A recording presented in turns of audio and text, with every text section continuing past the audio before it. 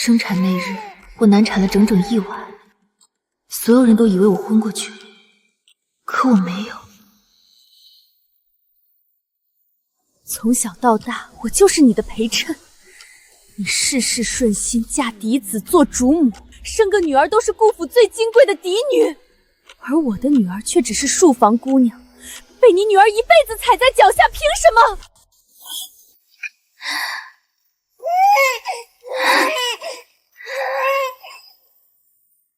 等我女儿将你踩在脚下的那时，我就把你这贱种还给你亲娘。我什么都没有说，照旧给那个被换来的孩子取名顾昭昭，养在了身边。16年过去，顾昭昭被我养成了顾府最出众的嫡女，而林婉如的师君在几年前死在了战场上，她成了寡妇，便带着女儿越发频繁地往我院里跑。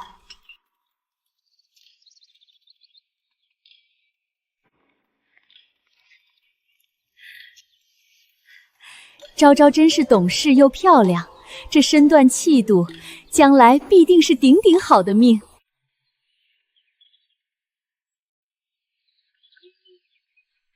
天生命贱的东西，吃我的住我的，还是一身小家子气。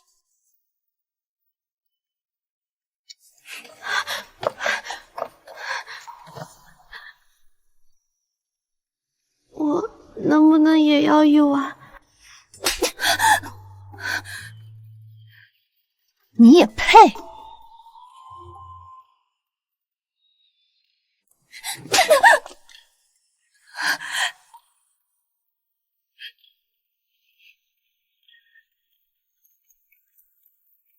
不过1碗面，你怎么下这么重的手？他还是个孩子。大哥不懂，养不懂事的孩子就是得打，不然今日要1碗面，明日便敢要衣裳首饰，后日说不准连昭昭的身份都想争。上回他闹着要新衣裳，我一气之下拿藤条抽了他半宿，若不是被我打断了腿，还不肯消停呢。原来如此，前几个月我见顾娥心走路一瘸一拐，林婉柔说是她自己贪玩摔的，我还以为她至少会遮掩几分，没想到她竟得意成这样。林婉柔，打我的女儿，你是不是打得很痛快？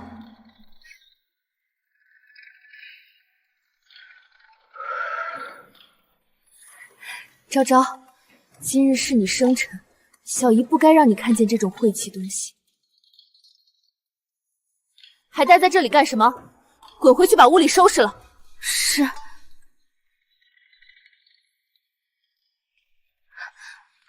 妹妹别走，今日高兴，一起用饭吧。别碰我！别碰我！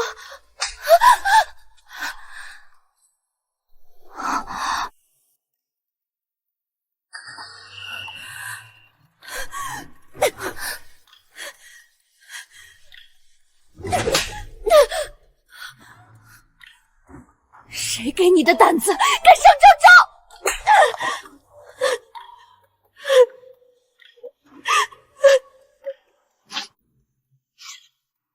我没有。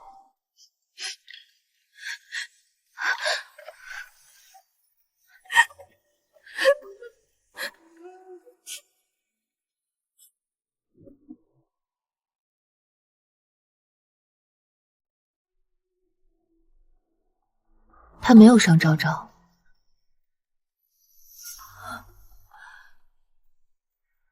他手臂上的伤是前几日出门游玩时刻的，和娥心无关。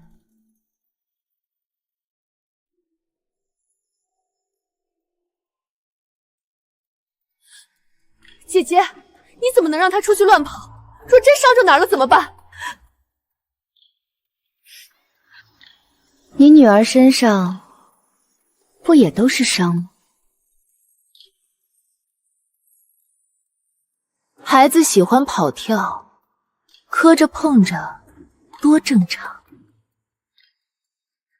那怎么一样？昭昭可是侯府嫡女，千金之躯，又生得这样好，若留了疤，将来可怎么议亲？你是不是有些太关心我女儿了。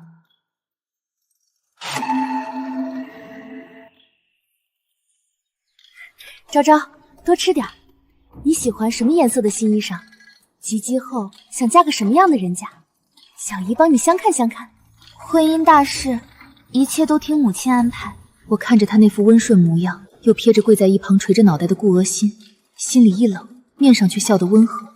过2日就是昭昭的及笄礼了，我打算广邀宗亲，办得热闹一些，也叫外头都看看我顾府嫡女是何等体面。那我也来。正好，娥心也到年纪了，借姐姐府上的福气，跟着一起热闹一回，姐姐不会怪我吧？怎么会？娥心也像我的女儿一样，及笄礼这样的大事，自然该一并办了。真巧，我也给你备了一份大礼。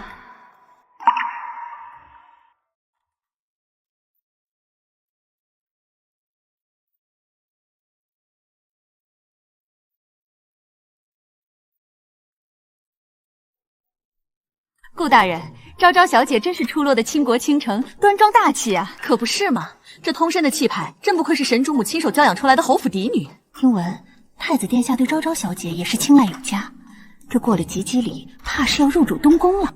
诸位密赞了，昭昭这孩子从小就懂事，深得我心。作为我侯府的嫡女，自然当得起这份尊荣。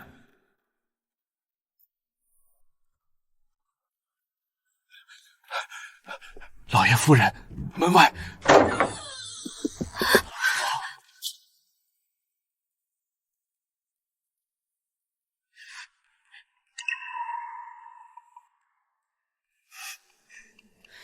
这丰富怎么来了？这不是那个远房表妹吗？各位大人夫人，你们都被骗了。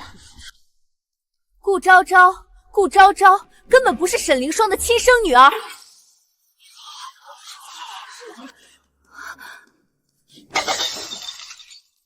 林婉柔，你个贱妇，在此胡说八道什么？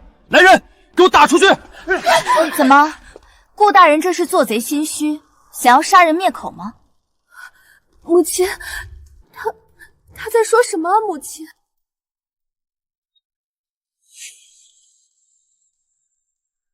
慢着，表妹，你今日闹这一出，究竟是什么意思？荒唐，简直荒唐！顾府辛辛苦苦倾注心血养了16年，这昭昭小姐琴棋书画样样精通，眼看就要成为太子妃了。这时候你跳出来说报错，我看你这表妹是穷疯了，想来侯府摘桃子吧？这16年的母女情分，岂是你说换就能换的？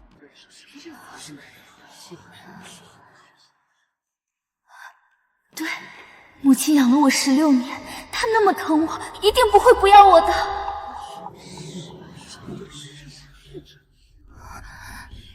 你们看看那个丫头，这副上不了台面的瑟缩模样，哪有一点侯府嫡女的气质？就是，真要是把她认回来，顾家的脸面还要不要了？太子殿下还能要这样的太子妃？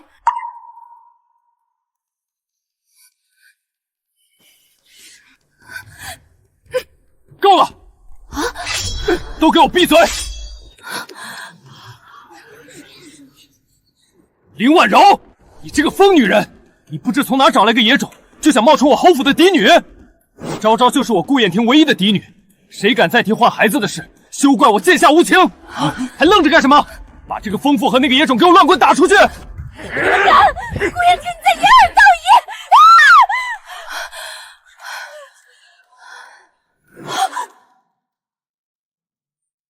好啊，那就换回来。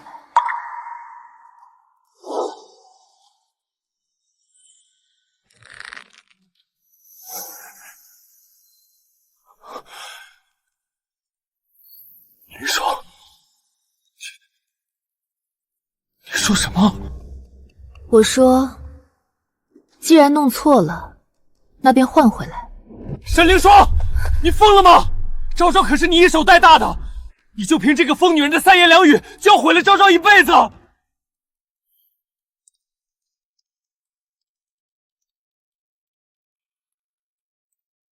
母亲，您不要昭昭了吗？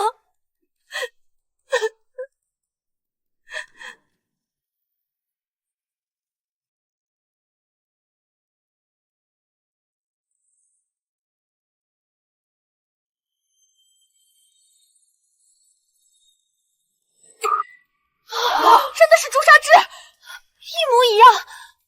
既然是真的，这的确真的被调包了。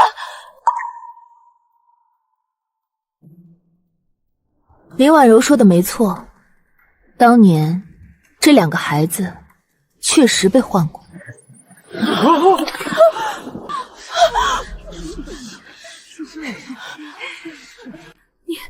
你怎么会这么轻易就承认了？沈凌霜，你到底在发什么疯？你凭什么这么肯定？就凭一颗痣吗？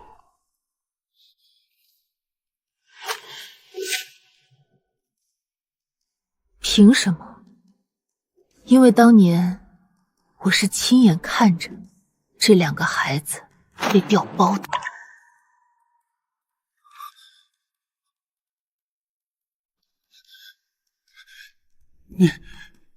你早就知道？你若早就知道，这16年来你为什么不说？你就眼睁睁看着自己的亲生女儿被这个贱妇当牛做马的欺负了16年。沈凌霜，你的心肠究竟是用什么做的？你怎么能这么狠毒？沈氏，你此举确实太过分了，虎毒尚且不食子啊！你竟然放任亲女在外受苦！是啊，哪有当娘的这么狠心的？亲生骨肉都不顾了。我当然记得我生下的是什么。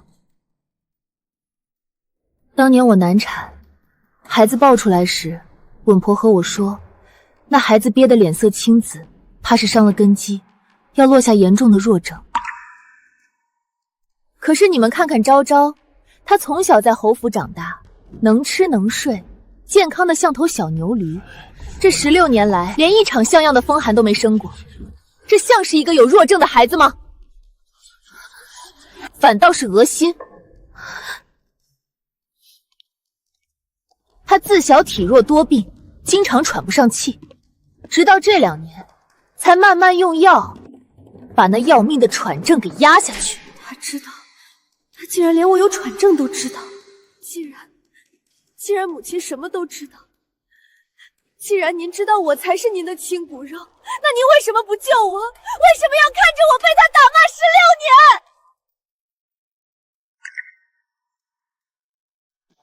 你早就知道了。是，我一直都知道。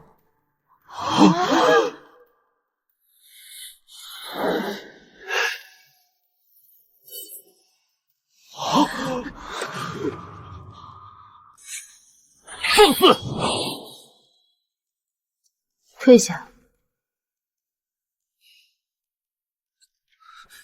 主子，他竟敢伤您！让他说，我看他能说出什么花来。沈凌霜，你怎么能这么狠？那是你的亲生骨肉啊！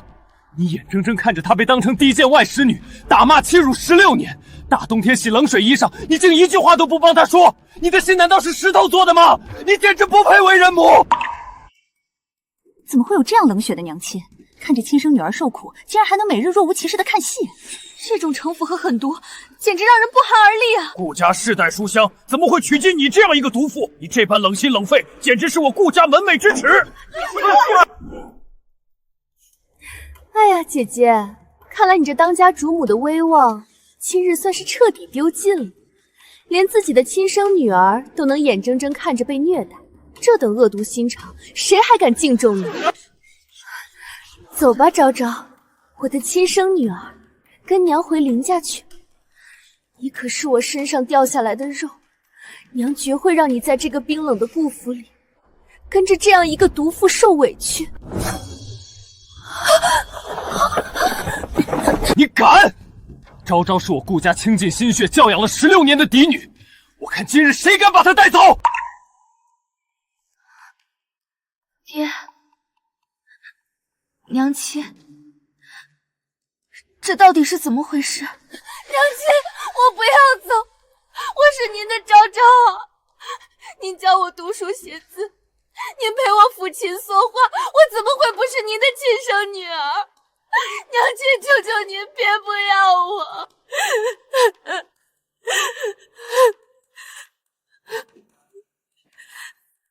从今日起，你不再是我的女儿，去找你的亲生母亲吧。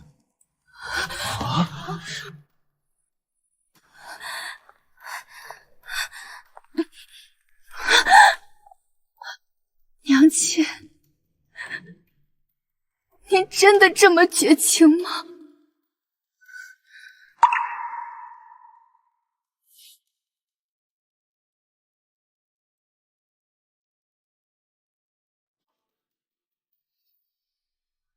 你看什么看？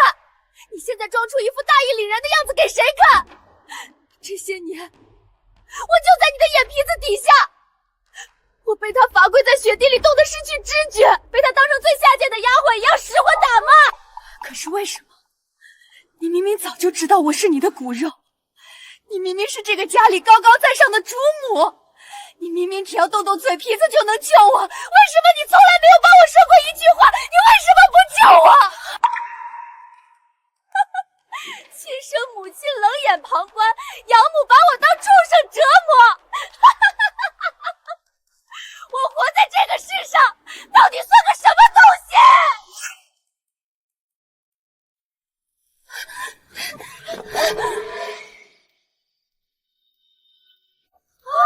有人投湖了！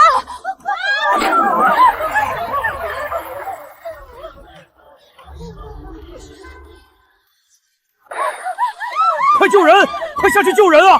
若是在集宝礼上出了人命，顾家的名声就彻底毁了。来人，快给我跳下去捞人！快啊！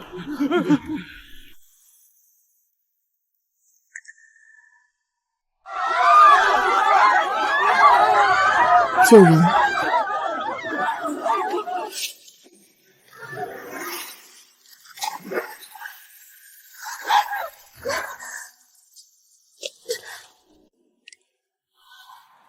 荷心妹妹，她是不是死了？脉象几乎摸不到了，寒气攻心，加上悲痛过度，怕是，老朽无能为力。真是造孽啊！好好一个闺女，硬生生被亲娘给逼死了！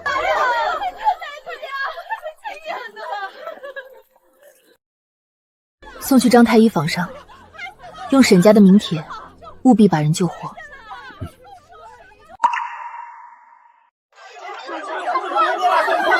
陈灵说：“你还要装到什么时候？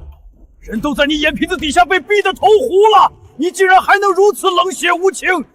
你的心肠简直比蛇蝎还要毒！她是你的亲生骨肉，你亲手把自己的亲生女儿逼上了绝路，你还是个人吗？我顾砚婷真是瞎了眼，竟娶了你这种丧尽天良的毒妇！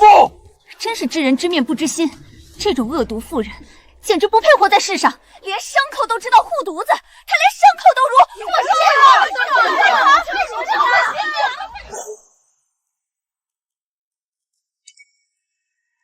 一群蠢货！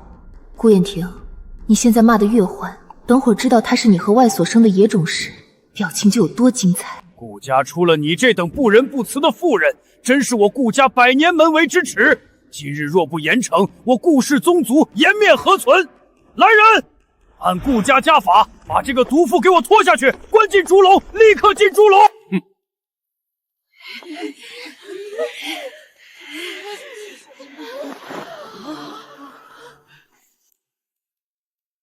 慢着，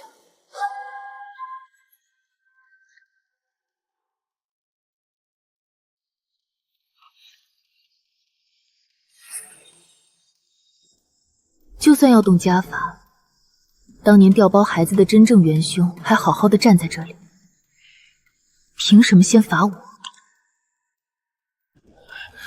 你说什么？换孩子的元凶到底是谁？她，我的好表妹林婉柔。姐姐，你是不是疯了？我可是你的亲表妹啊！你怎么能为了给自己脱罪，就这般血口喷人，恶意污蔑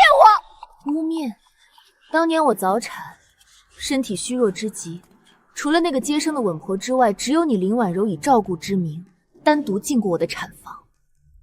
如果不是你趁我不备调包了孩子，还能有谁？笑话！沈凌霜，就凭我进过你的产房，你就能定我的罪？你这分明是在乱说，什么脏水都往我身上泼！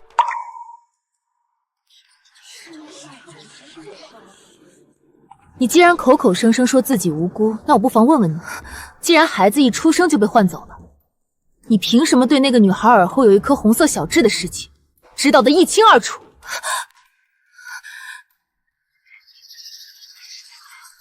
对啊，这事儿太蹊跷了。如果不是他亲手换的孩子，他怎么可能这连人家耳后隐秘的胎记都一清二楚？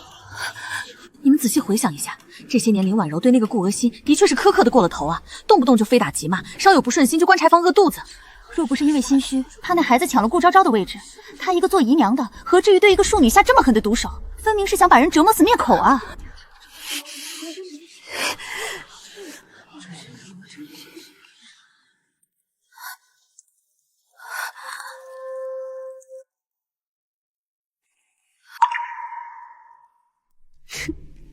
是吗？那你倒是向大家解释解释，为什么你最喜欢当着我的面变本加厉地折磨顾娥欣？又为什么你对昭昭这个我的亲生女儿，比对你自己的命还要上心？对啊，仔细想想，这林婉柔平日里对顾昭莹简直是溺爱到了极点，反观她对那顾娥欣非打即骂，简直不像在对自己的骨肉，倒像是在对仇人。林婉柔，你还不从实招来，这到底是怎么回事？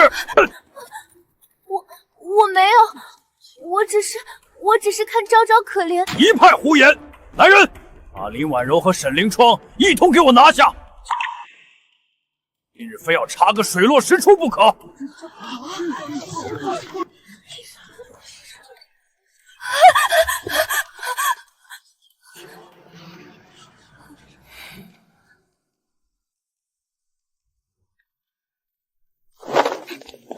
且慢！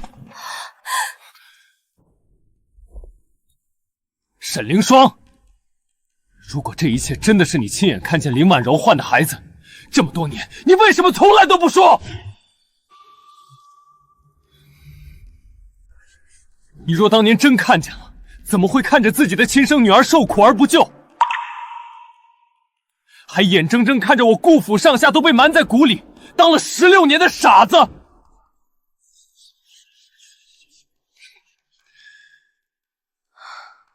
顾大人说的有理啊，哪有亲娘看着亲女儿受苦不吭声的？莫非这真的是沈主母为了争权夺利，故意设下的毒计？沈凌霜，你究竟安的什么心？你好狠毒的心肠！就是放开了！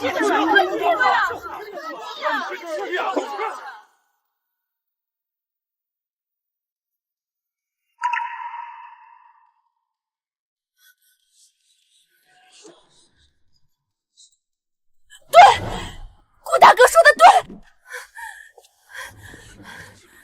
你若真知道真相，怎么可能16年都不戳穿我？沈凌霜，你分明是在装神弄鬼，想把脏水泼到我身上掩盖你的罪行。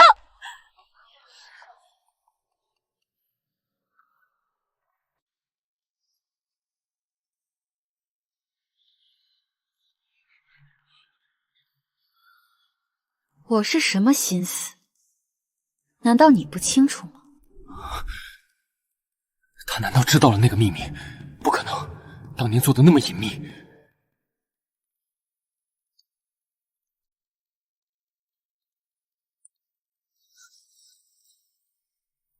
去，把人带上来。是。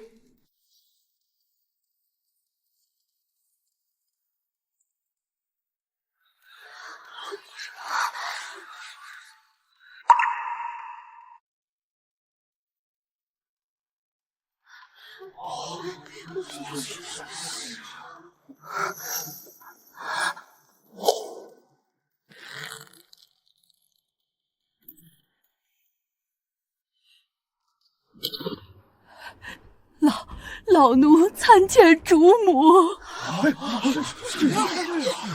这不是当年在顾府负责接生的那个稳婆吗？她居然还在！这些年，我一直将你养在府中，好吃好喝的供着，过了16年的清闲日子。当年那个晚上的事，你都还记得吧？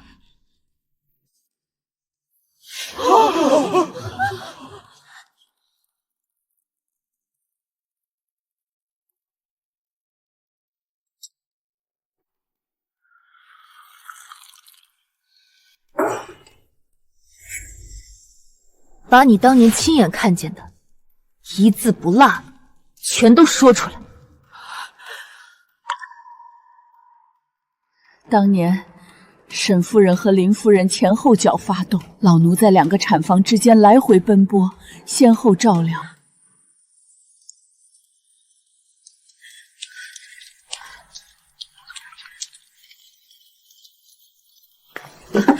林夫人，进房血气重，孩子刚出生太娇弱，实在不好进啊！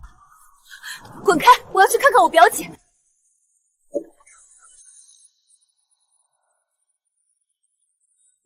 老奴当时没拦住，可等林夫人从沈夫人的产房里出来时，老奴清楚地瞧见她怀里抱着的那个襁宝颜色变了。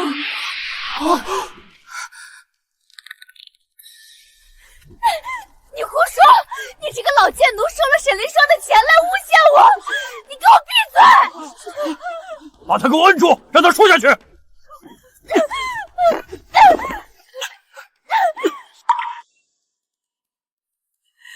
那时老奴只当自己连着接生，忙昏了头，看花了眼，根本不敢往深了想。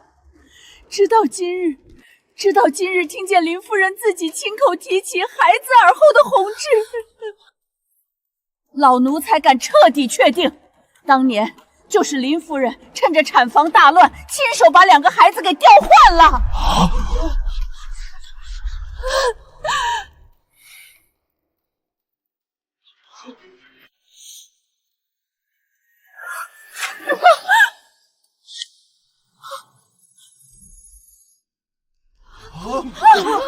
天哪！竟然真的是他！贼喊捉贼啊！太可怕了！怎么会有如此恶毒的女人，把自己的亲生骨肉丢给别人养，自己却去折磨无辜的孩子？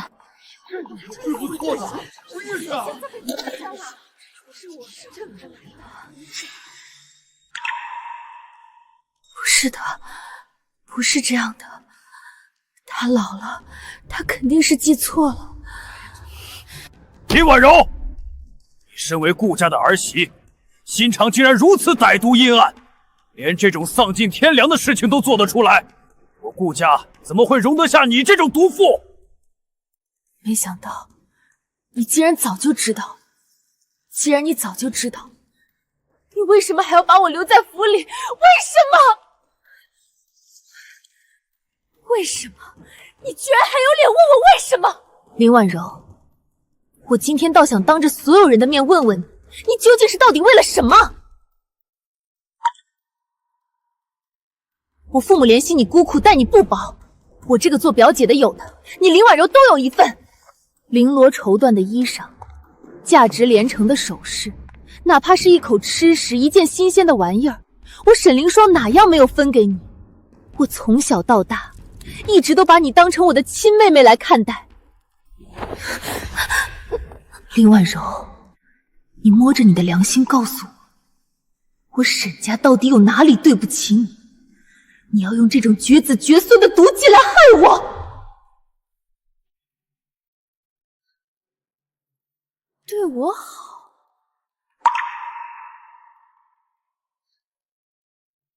对我好，你那叫对我好吗？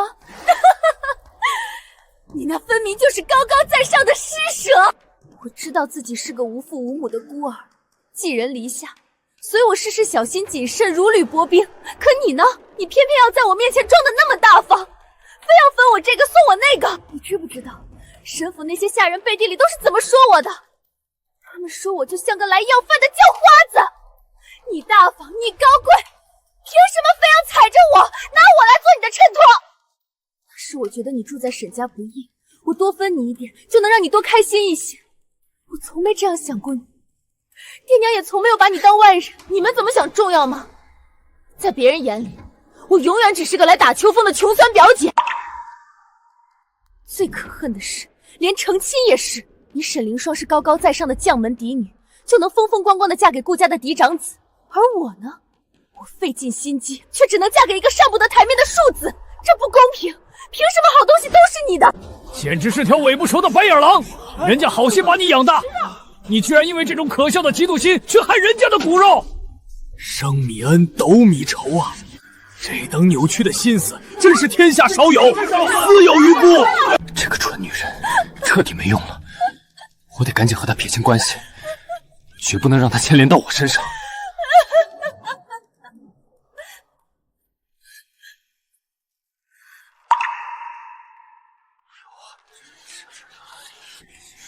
难道不是你自己在我定亲那日看中了顾燕川？你执意要先嫁，为此父母还推迟了我的婚期，你有什么资格在这谈亏欠？那又如何？你嫁进来便是主母，我呢？我再怎么争，还是你什么都有了，我什么都没有。明明是他自己什么都想要，却把一切的理由都推到我头上。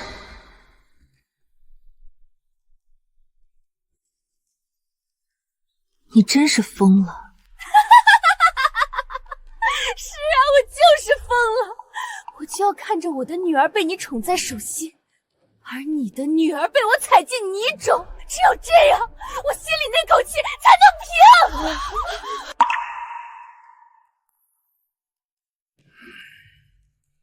行了，把他送去地牢，先收押。贱妇，你敢这么对我女儿？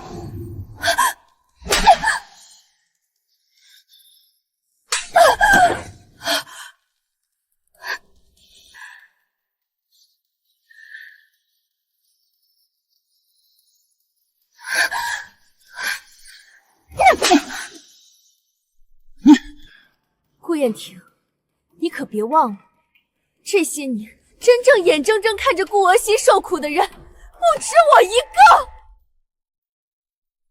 我狠，沈凌霜可比我狠多了。这些年，他明明知道真相，却看着自己的亲生骨肉被我折磨。他可曾说过我一句？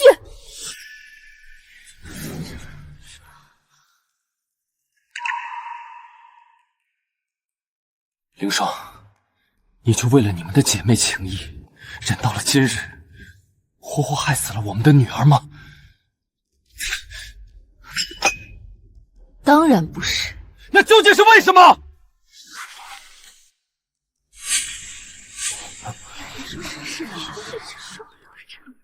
你真要我在这里说？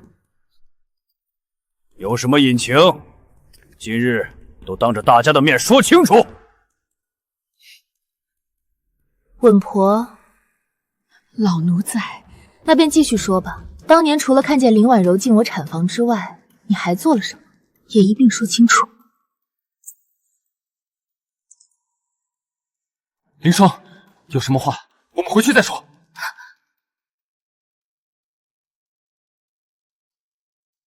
老东西，你别乱说话。凌霜，我求你别让他说了。怎么，顾大人也有怕的时候？给我如实说，若还有半句隐瞒，顾家绝不饶你。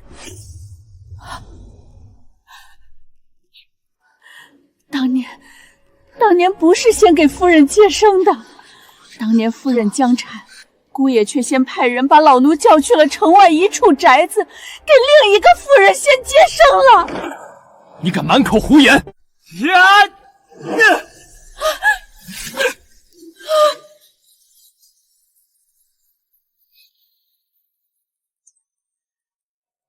另一个妇人，谁？萧姨娘。萧姨娘？可萧氏那年还未进府啊。自然是因为我们刚成婚，顾燕婷不敢说，却早就将人偷偷养在了外面。他早就知道了。我也没想到，我堂堂将军府家嫡女，放着那么多上门求亲的京城贵人不要，选了你这个口口声声说会一心待我的寒门子弟。结果我们刚成婚，你就在外头有了别的女人，还企图用外室之女混淆顾家嫡出。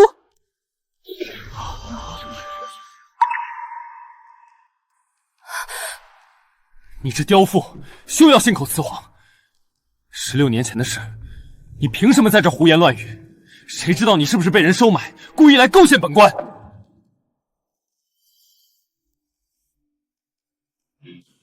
老爷，老婆子接生了一辈子，每家每户的时辰都会记下，这上面写得清清楚楚。族长，请过目。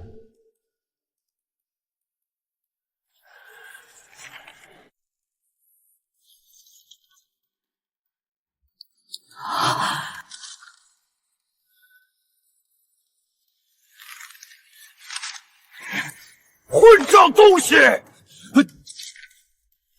你简直丢尽了我们顾家的脸面！堂堂朝廷命官，居然做出宠妾灭妻、调换嫡庶的荒唐事！我顾家的门风全被你败光了！真没想到，顾大人竟是这般道貌岸然之人。这下顾家可是要全京城的笑柄了。这也顾的，可是要沦为全京城的笑柄了。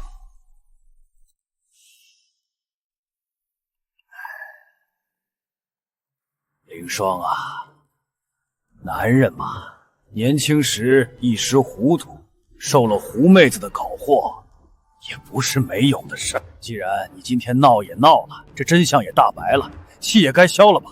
你身为当家主母，该以大局为重啊。燕婷他毕竟是你的夫君，是你女儿的父亲，你就原谅他这一回，这日子还得好好过下去，不是？大局为重。我的女儿在深山里生死未卜的时候，谁来跟她讲大局为重？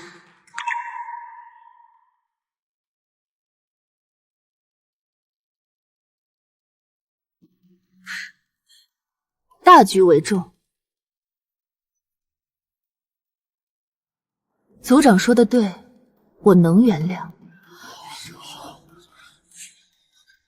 凌霜，你真的肯原谅我？我发誓以后一定好好待你。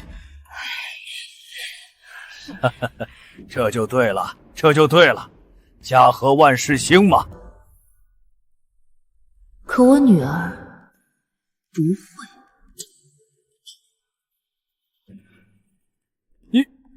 你这话是什么意思？你女儿不是已经被扔进深山夭折了吗？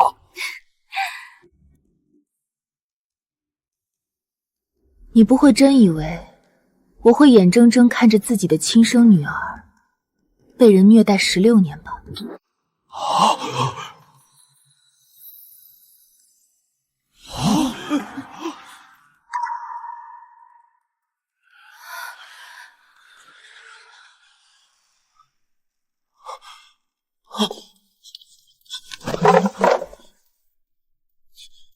你这话什么意思？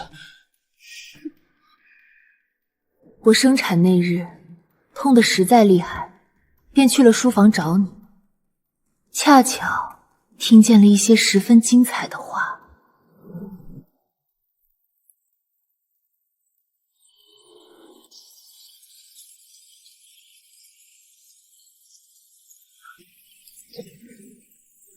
燕婷为什么不在我身边？我好痛，我要找她。娘，凌霜背后是将军府沈家，若叫他知道萧氏和那个孩子的存在，以他的脾气定不会容下。他一旦闹起来，我们谁都压不住。那怎么办？萧氏眼看也要生了，那是你的亲骨肉啊，总不能让那孩子一辈子当个见不得光的外室女吧？等凌霜生产时，把萧氏生的孩子抱进顾府，顶了凌霜的女儿，以后萧氏的女儿就是顾家名正言顺的嫡长女。那凌霜生下来的孩子呢？宋远仙趁夜送到深山里，剩下的全看他的命数了。若不是稳婆还有点良心，私下把消息递到了我跟前，至今我还蒙在鼓里，替仇人养着孽种。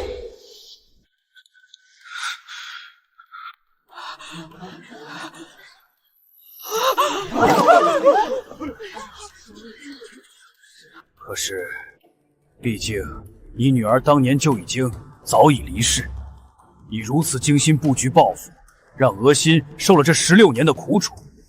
额心她说到底也只是个孩子啊，你何苦这般心狠？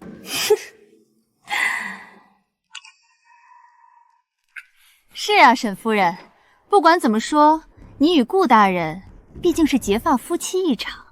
俗话说得好，夫妻没有隔夜的仇，何必闹得这般难看？过去的事儿就让它过去吧，冤冤相报何时了？你既然已经惩罚了他们，往后就忘了这些仇恨，大家关起门来好好过日子不好吗？何苦把所有人都逼到绝路呢？是啊，大肚蟹。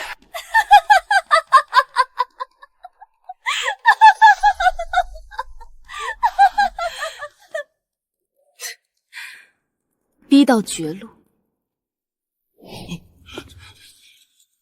顾家把我的亲生女儿，刚出生的婴儿往深山里扔的时候，你们可曾想过给她留一丝活路？忘了，那是我10月怀胎几乎拿命换来的孩子，是我沈凌霜身上掉下来的一块肉，你教教我怎么能忘？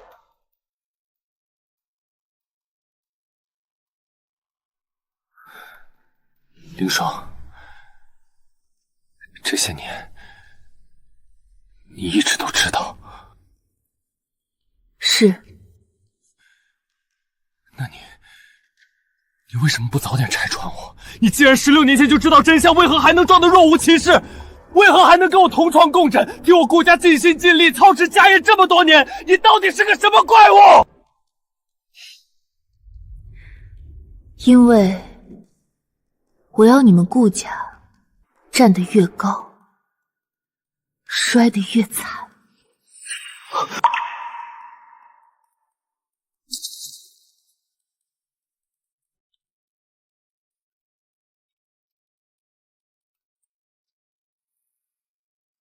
这些年，我替你操持内宅，替你打点官场，替你周旋上下。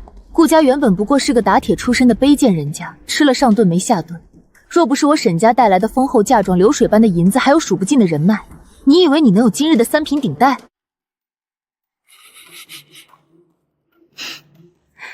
为了稳住你们，我甚至表现得贤良淑德，大度地答应了你，让那个外室消逝入府。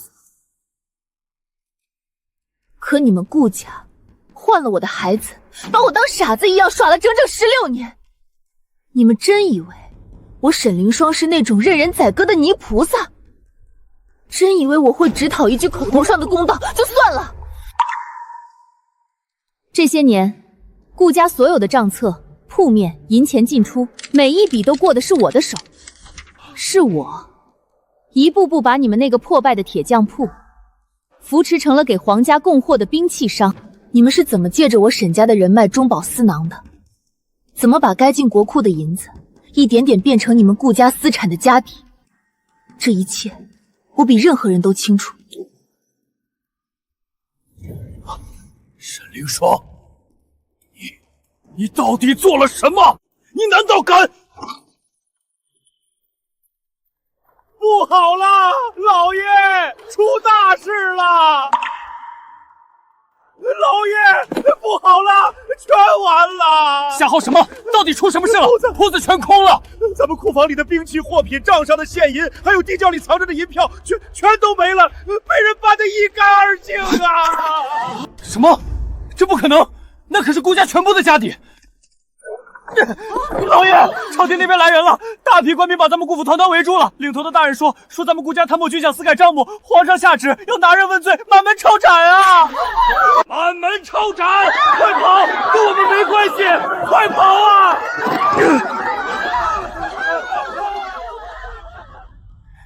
沈凌霜，你这个毒妇！我的银票呢？把你拿走的银票还给我！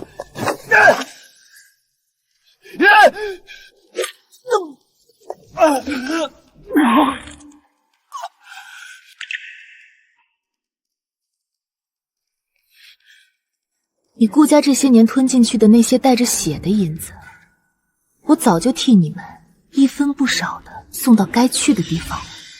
哦，对了，皇上召见我时特意问我，顾家区一个3品官府，哪里来的这么多见得光的巨额进诏？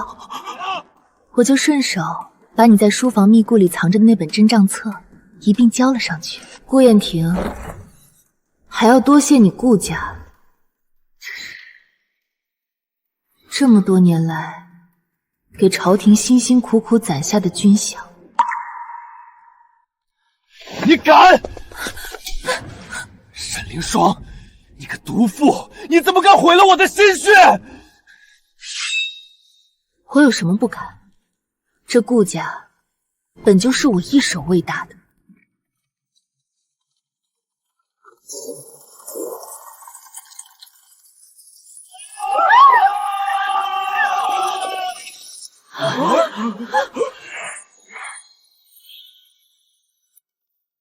奉旨查抄，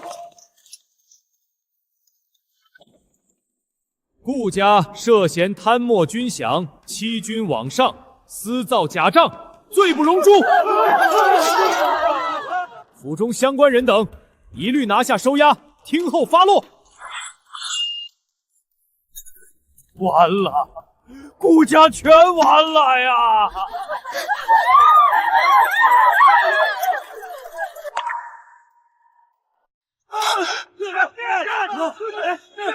不可能！毁了，都毁了！那你就跟我一起死吧！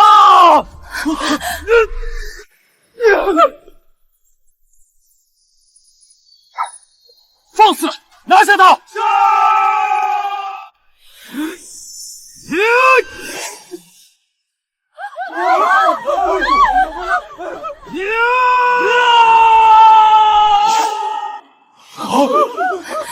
地！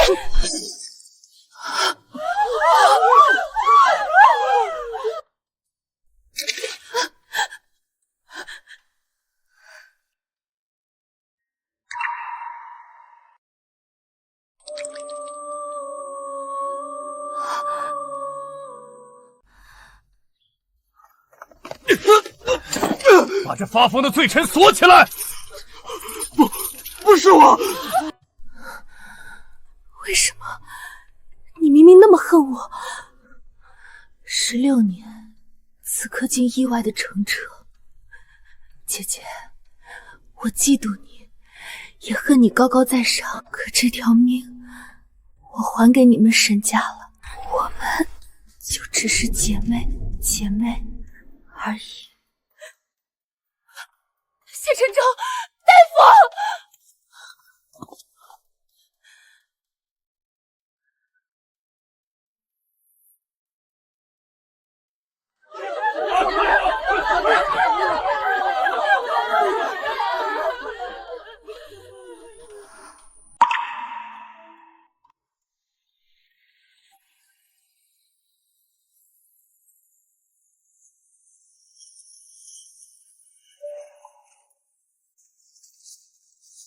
主子，林婉柔的葬礼结束了，顾娥心在咱们沈府醒了，没什么大碍，就是一直闹着要见娘亲。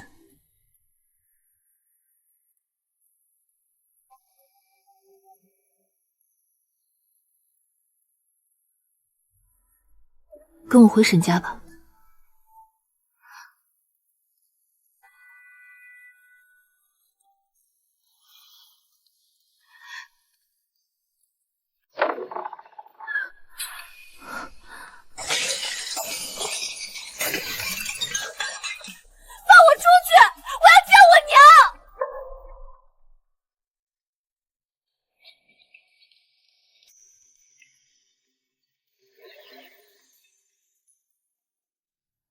你还有脸跟来？你还有脸跟来？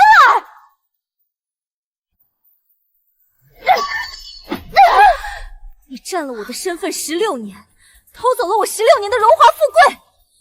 如今你这个罪妇的女儿，还敢敢跟到沈家来！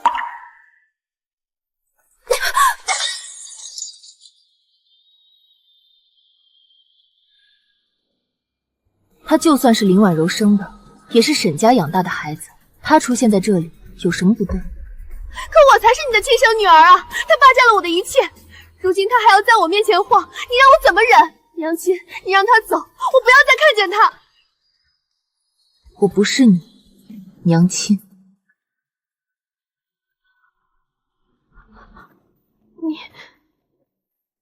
你说什么？我从未说过你是我女儿。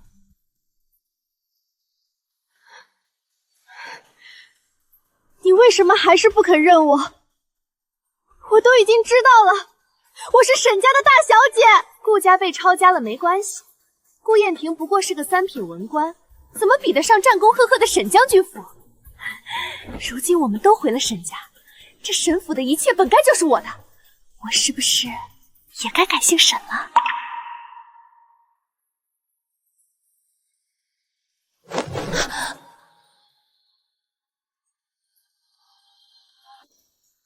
是不是因为他？就因为16年的感情，所以你宁愿认一个外人，也不肯认我这个亲生骨肉。我这些年受了多少苦，你知道吗？林婉柔那个毒妇从小就让我做粗活，明明府里有那么多丫鬟，可她非要我给她端茶递水，一有不顺就打我骂我。可我本该是沈家的千金，我才是应该被你捧在手心里宠大的嫡女，而她只是林婉柔肚子里爬出来的外人，却享尽了我的荣华富贵。那句外人，我原样奉还给你。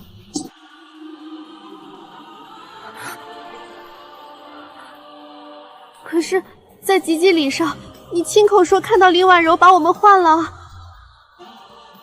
是，我亲眼看见你们被换了，可那不代表你就是我的亲生女儿。那我是谁的女儿？谢承舟不是早就应该都跟你说了吗？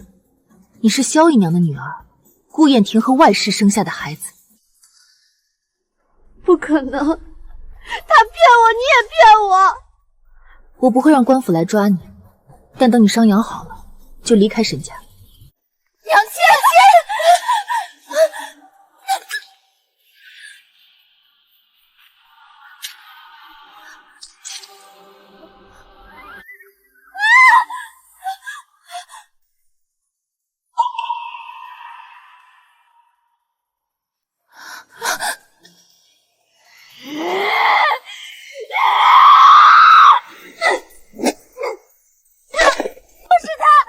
要不是他，娘亲怎么可能不认我？我才是沈家大小姐，我才是。顾娥心，你记着，你从来和沈家没有半分关系。送去大牢，让他去和顾家人团聚，一同等着秋后问斩吧。放开我！我是沈家大小姐，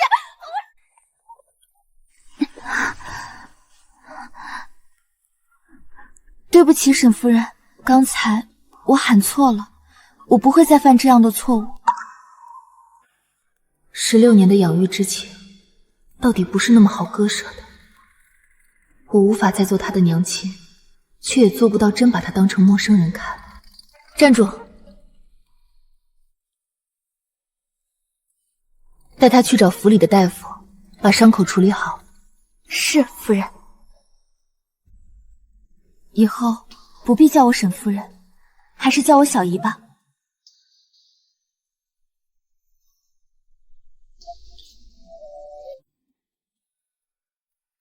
顾家问斩的消息已经传来了，顾燕婷这些年对你总算不差，无论是不是误会，至少在明面上，她确实把你好好养大了。这时，总该让你知道。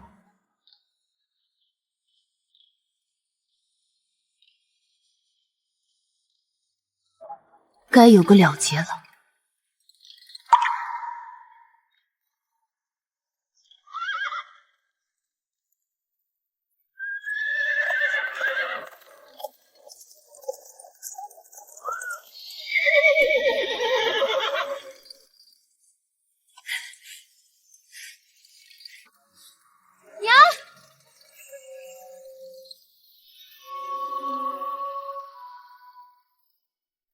这才是我的女儿，沈七月。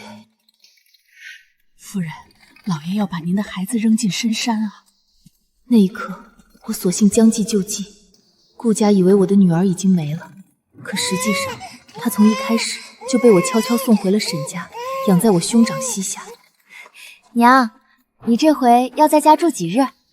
她说的那样自然，仿佛已经习惯了我常年缺席。这一次，娘多住些日子。娘，我近日考核过了，教头说再过不久我就能进军营了。好，不愧是我沈家的女儿。还有啊，这些日子你既然回了沈家，那便要夜夜陪我睡，可不许再偷偷跑了。我江门沈家的女儿本就该有这样恣意灿烂的一生，不必困在谁的后院，像我一样把半生都浪费。西月，娘回来了，这一次不会再离开你了。太好了！夕阳落在她身上，照得她整个人都发着光。看着她，我忽然觉得这些年所有的隐忍、谋算都值了。顾家覆灭，旧账清算，错月终归枝头，我的女儿终究还是回到了我身边。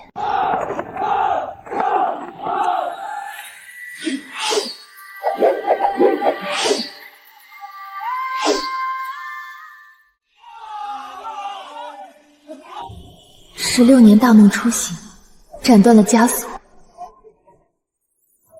属于沈家的天地才刚刚开始。